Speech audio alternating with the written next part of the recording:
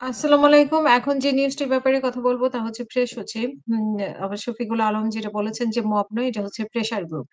তিনি যেটা বলেছেন যে মব ভায়োলেন্স প্রসঙ্গে প্রধান উপদেষ্টার প্রেস সচিব মানে বলেছেন যে বলা হচ্ছে যে মব তৈরি হচ্ছে। মানে উনি বলছেন যে মব তৈরি করা হচ্ছে। এটা আসলে মব নয়, এটা প্রেশার গ্রুপ। তারা আগে ক্ষতিগ্রস্ত ছিল।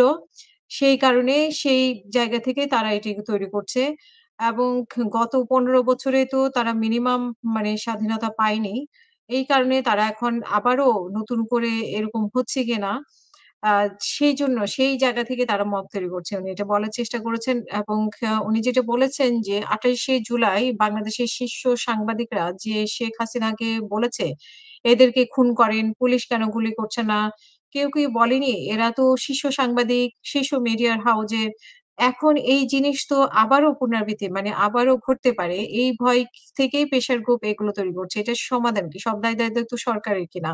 সেটা বলছেন। উনি আবার বলছেন যে সরকার যতটুকু পারে সে তার সরকার তার সরকারের কাজ করছে। যারা আস্থার জায়গা নষ্ট করেছে তারা কিন্তু কেউ কথা বলছে না।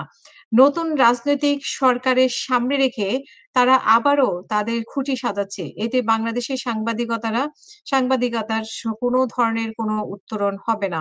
এবং শফিকুল আলম বলেন যে, কেউ যদি বলেন যে বাংলাদেশে গণমাধ্যম স্বাধীনতা নেই, তাহলে এটা সম্পূর্ণ ভুল হবে। বাংলাদেশে গণমাধ্যমের স্বাধীনতা যে উন্নত বিশ্বের থেকেও মানে উন্নত বিশ্বে কোথাও এ ধরনের স্বাধীনতা নেই। বাংলাদেশের যতটা সাংবাদিকতার স্বাধীনতা আছে উনি এটা বলছেন। এবং সারাদিন ধরে কিছু টক শোতে মিথ্যা কথা বলা হয়।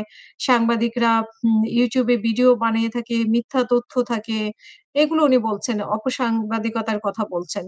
সো উনি আবার উদাহরণ দিয়েছেন যে আমেরিকার উদাহরণ দিয়েছেন। আমেরিকায় দেখেন সোশ্যাল মিডিয়া সংবাদের মাধ্যম হচ্ছে বড় উৎস। কিন্তু বাংলাদেশে সেটা হচ্ছে কিন্তু মানুষ ওটা গ্রহণ করছে কিন্তু সেখানে মনিটর করবেন। আ এ এ এ কিভাবে এটা মনিটর করবেন? আম যাদের নাম বলা হচ্ছে উপদেষ্টাদের নামে যা তা লিখছে, নোংরামি করছে, সীমা নেই।